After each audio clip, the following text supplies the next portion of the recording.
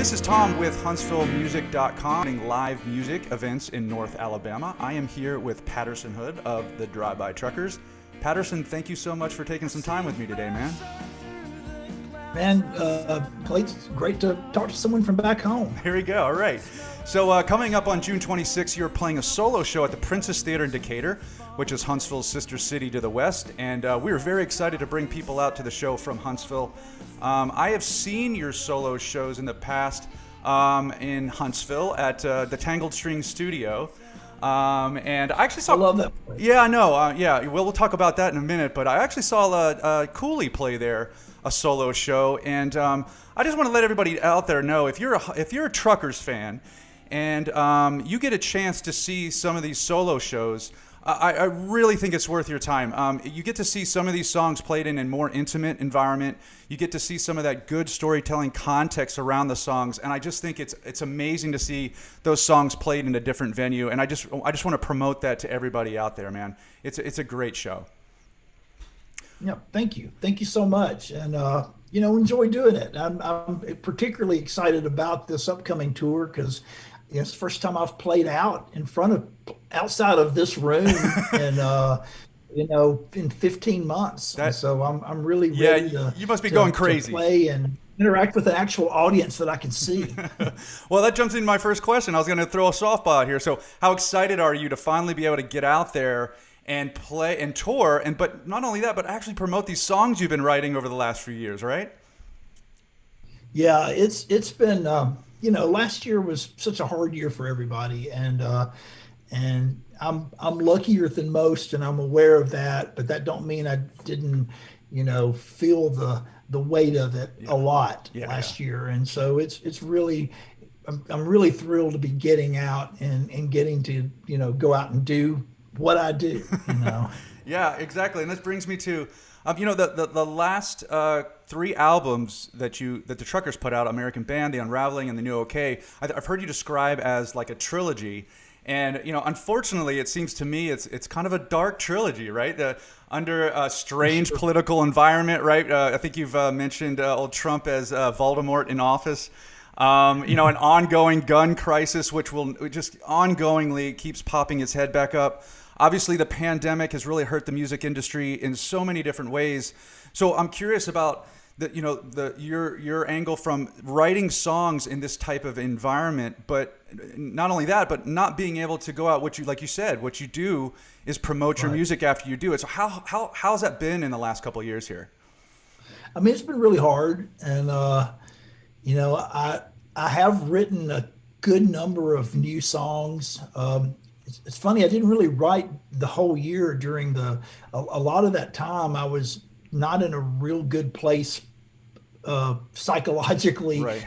And the things I was trying to write, I wasn't really happy with. But towards the end, when I started feeling like there was a light at the end of the tunnel, it's kind of some floodgates opened, and I did write a good bit of new stuff. And so hopefully we're going to go in and maybe in July and start doing some recording with the band and maybe start work on the next record, and which will probably be a little bit different. We did what I have referred to as kind of that trilogy of records that were really steeped in the shenanigans that have been going on these past few years, and and there's still a lot of work to do for our country and us as a people, for sure. But I am kind of writing about some different things right now, which kind of feels good. Just to I feel like I've said my piece about a lot of that stuff, and I'm kind of ready to write about some other things for a while. So I'm and as far as the show goes that I'll be playing, I mean, it's going to be. There's 14 Drive-By Trucker records. So I'll be pulling songs all the way through our catalog, as well as I've got 3 solo records, and I'm sure I'll play, at least a couple of the really new songs. Good. And I'm sure I'll play a couple things off of the album, off of the 2 records we put out last year. That you never got the tour behind? We didn't tour behind. So, right. It's going to be, there's a lot of material to cover. Yeah, and that brings me to my next question. So, I'm seeing it, I think songs, and I think you probably will agree that they're kind of these living, breathing things, and that change, right? So you write them in one sort of mind frame, and they can be around a social or political issue at the time. And then as that changes, those songs must change for you. And I'm thinking of more recent songs as watching the Orange Clouds. And I think that you wrote that shortly after George Floyd was killed. And just this, and then another song I was thinking of was the Guns of Umpqua. It deals with the shooting at the college in Oregon. And, just the recent news with the trial that convicted Derek Chauvin. And with new mass shootings, how has those two songs in particular changed now for you? And does it also make you think that they should be in the lineup because of recent news? Is that how you think, and when you put together these tours? Yeah, as far as the lineup of the shows, I mean, I can see, I feel like anything's fair game. Any song that we want to do is fair game, depending on what we're feeling at the moment. Yeah. The obviously, I'm glad the trial is over. I'm glad that it went the way it did.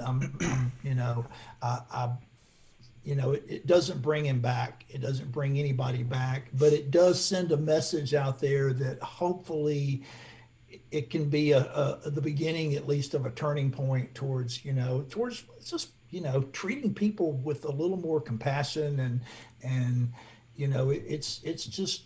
I mean, it's just horrific, things like that happening. And of course, I wrote Watching the Orange Clouds. It was actually the week of George Floyd's murder, amidst all the protests that broke out all over the country. And, Portland had... Especially in Portland. Yeah. And, and then, of course, the president sent in the troops to occupy our town. And it was pretty surreal living here. I live in this really kind of quiet, kind of idyllic little neighborhood, and yet knowing that less than a mile away, just across the river at the bridge, there was tear gas and people getting hit with clubs and all kinds of stuff just going on. So it was a really weird summer last year, and I'm hoping this year will be calmer and better. And of course, I'm also hoping that the numbers continue to go down and more things can start opening up, and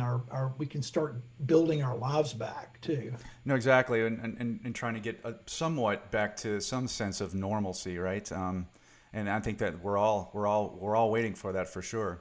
I know you've mentioned before that, at least recently, that some of the songs you're writing have a lot to do with you kind of talking to your kids about different subjects, right? A lot of things are going on, and you're trying to explain, as we all do, and I have two boys, and trying to explain to them the things that are going on in environments, and trying to teach them about morals, and try to tell them what's right and wrong.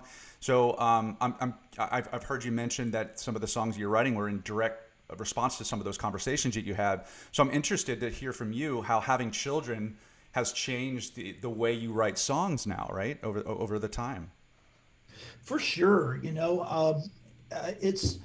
changes everything in your life. And, and if it doesn't, then you probably have some questions to ask yourself, about parenting and about how you want these little creatures you've brought into the world to grow, to become. And, and I love the amount of young people I get to be with, not just my kids and their friends, but, I'm an older guy now, and our band's crew, they're all like, people in their 20s. And so I get to spend a lot of time with people kind of a wide range of ages. And I'm excited about a lot of what I see with the younger people, because there's some great kids, and great young people.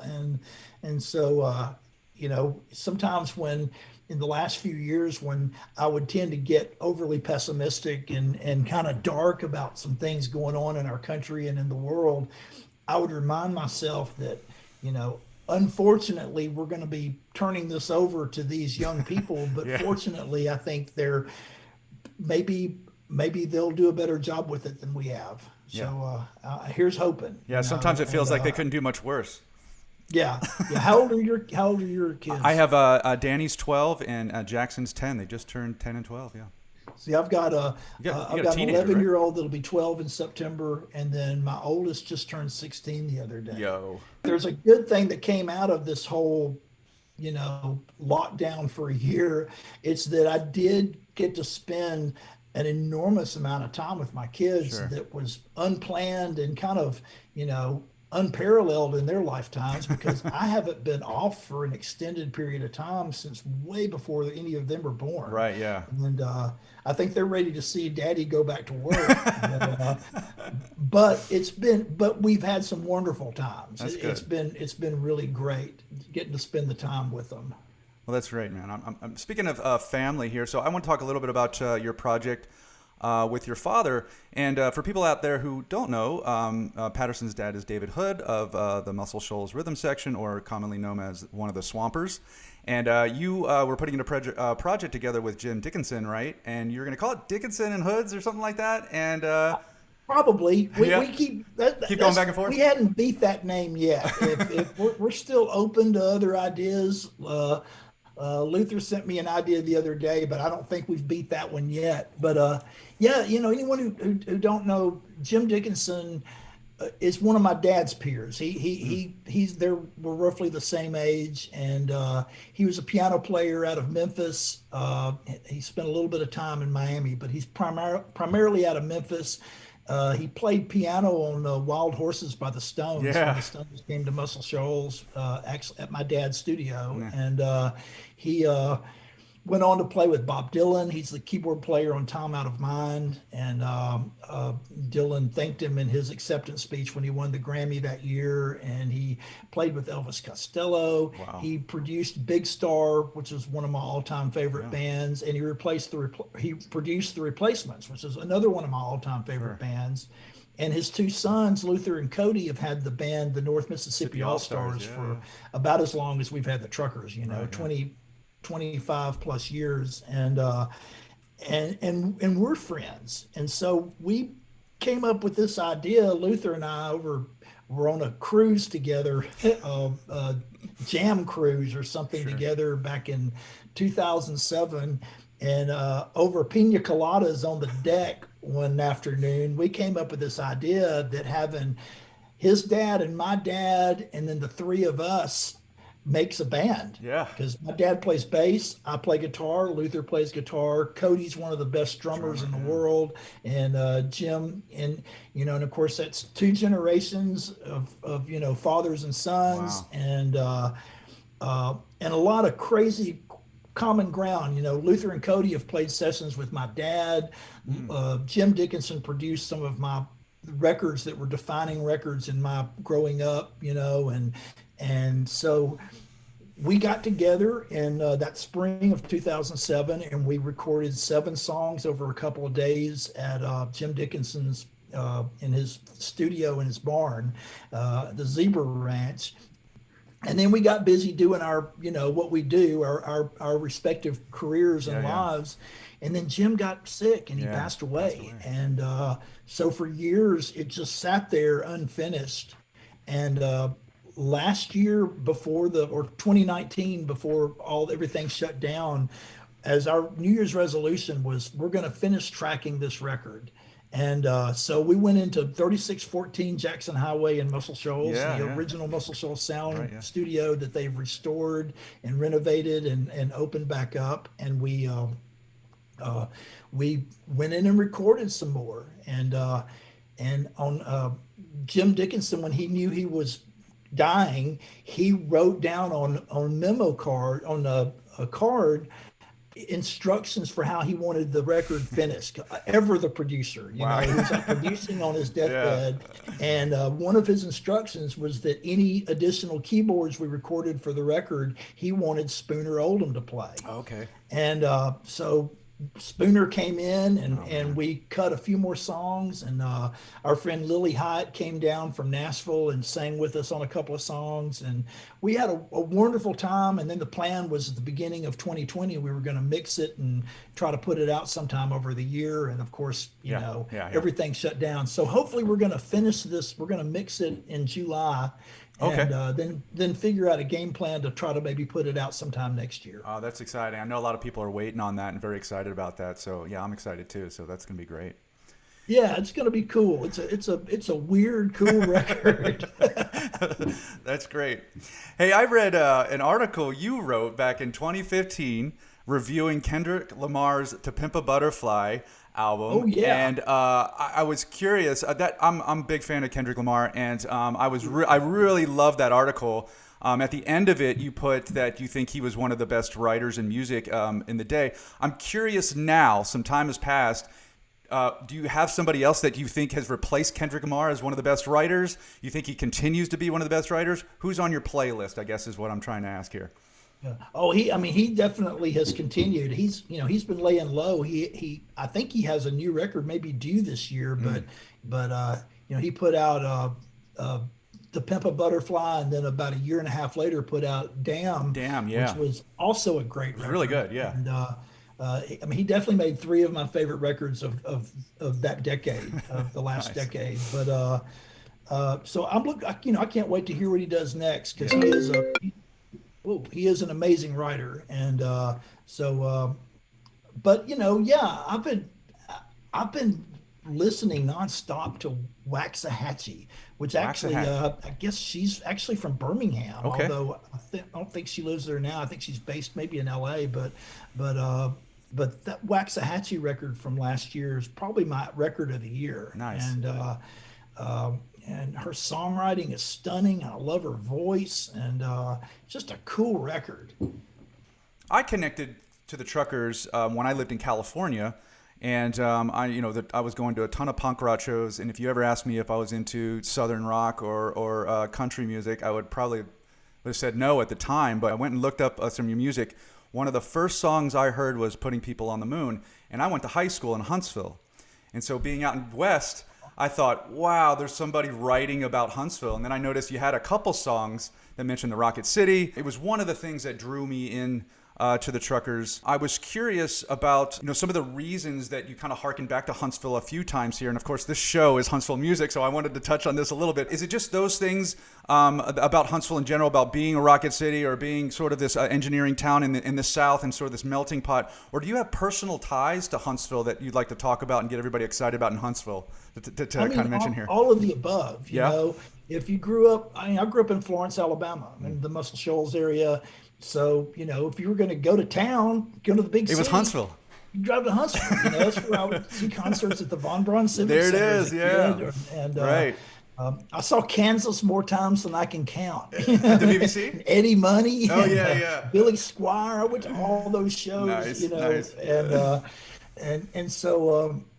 And then, when I started playing when Cooley and I formed our first band 36 years ago, Wow. Adam's House Cat, we used to play the Tip Top. And The Tip Top, so we played man. many shows Yeah. at the Tip Top. And so I have a long history with it. And of course, Florence in the 80s and the 90s, was pretty depressed. It was, the economy there was terrible. And yet we had Huntsville right down the road, which for at least the beginning of that time was still having a bit of a boom. I know it goes up and down for cities, and I know Huntsville's doing really well now. It is, and yeah. and so and of course they're building that amazing amphitheater. I'm so excited. I'm going to get to that next. Yeah, go ahead. And my stepmother, my dad's wife, Judy, she works on that. Oh, is that right? She's in the public relations. Does she work with the venue group? Yeah. Okay, very good. Nice. So Very good. she's involved with all that. So I've kind of known about it Oh, for a long nice. time. I was sworn to secrecy, and actually a former manager of our band is one of the people heading up that project too. And Okay. and someone that is a very dear friend who did a lot for our band and in our more troubled years. He kind of helped us through Nice. a dark time, and so he's involved in it. So I've kind of known about it for a while on the periphery and have been excited about it, and I hope we get to play it when they open Okay, it. so this is where I was going with this. I was about to pump up Huntsville to saying we're investing all kinds of money. We did a sound audit to try to kind of ensure that Huntsville is going to be this music destination city. We have new venues open up, like you mentioned the BBC, but they have these little offshoots, the Mars Music Hall and the Lumber Yard and Tangled Strings we mentioned before, and Sidetracks and the amphitheater coming.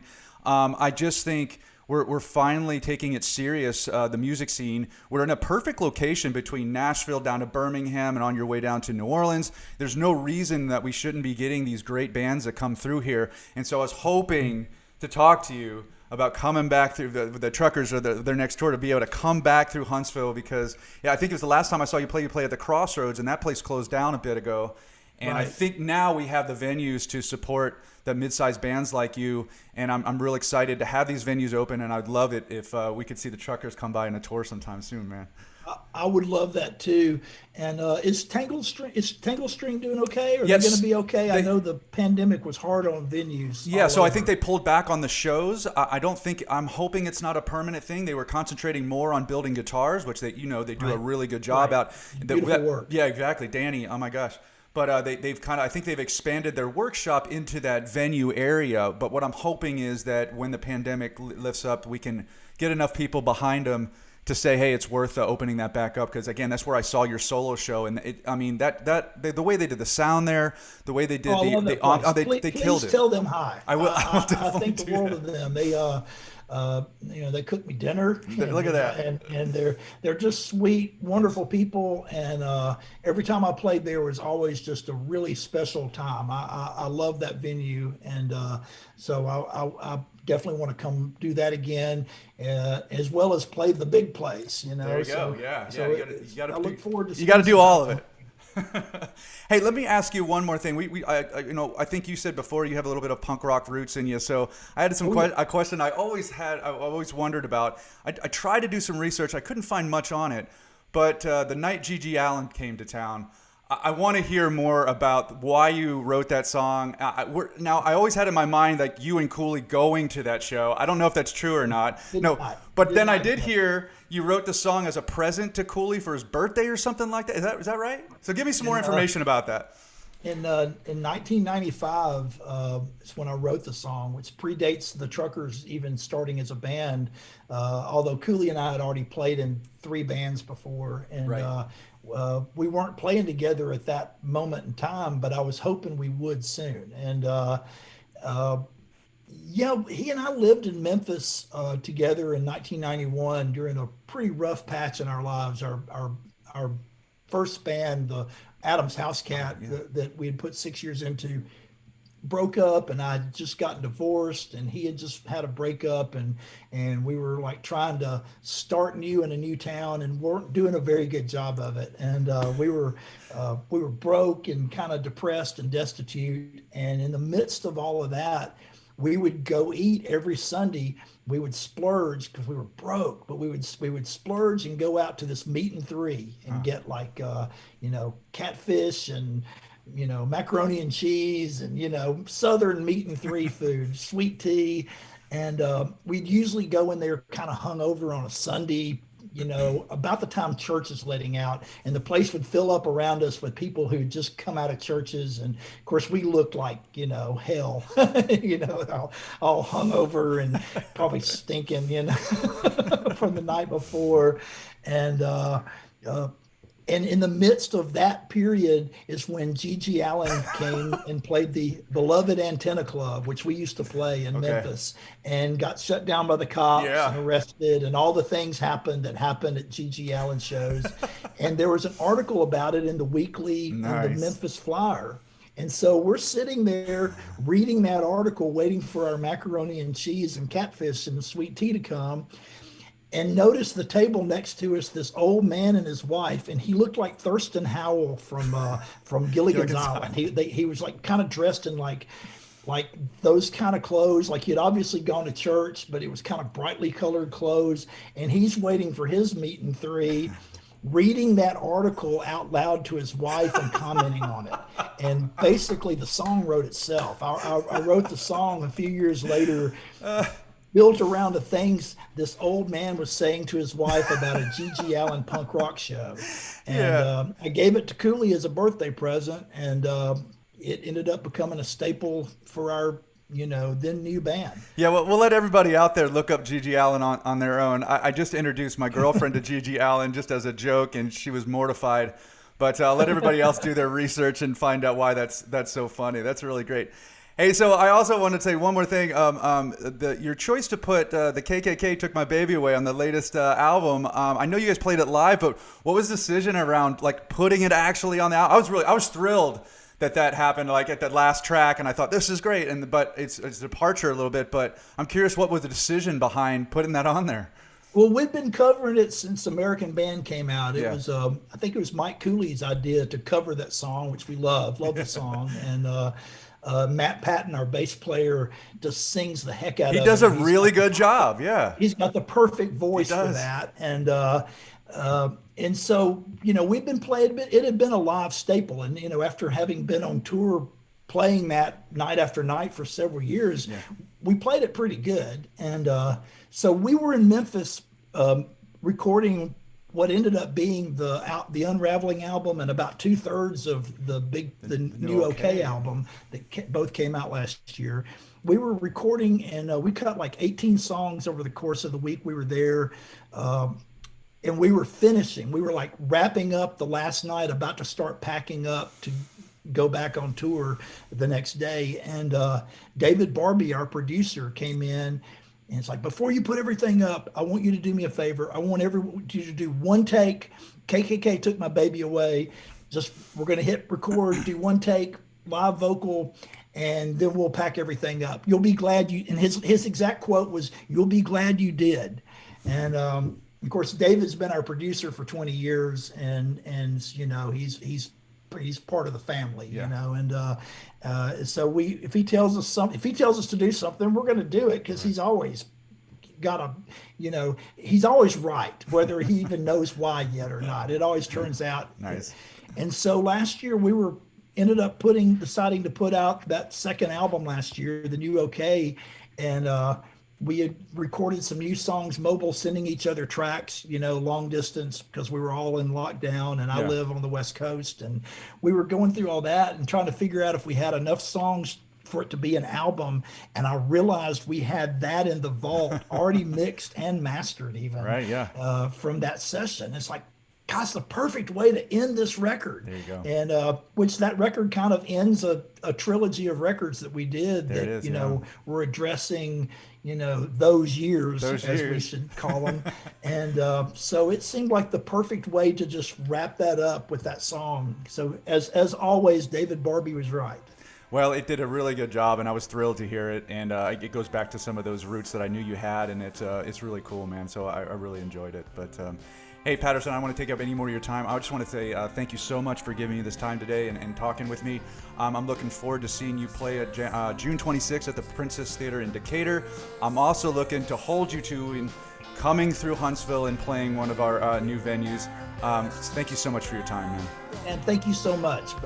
Bless you. Talk to you. See you soon. All right, buddy. Thanks a lot. Till the night G.G. Allin came to town.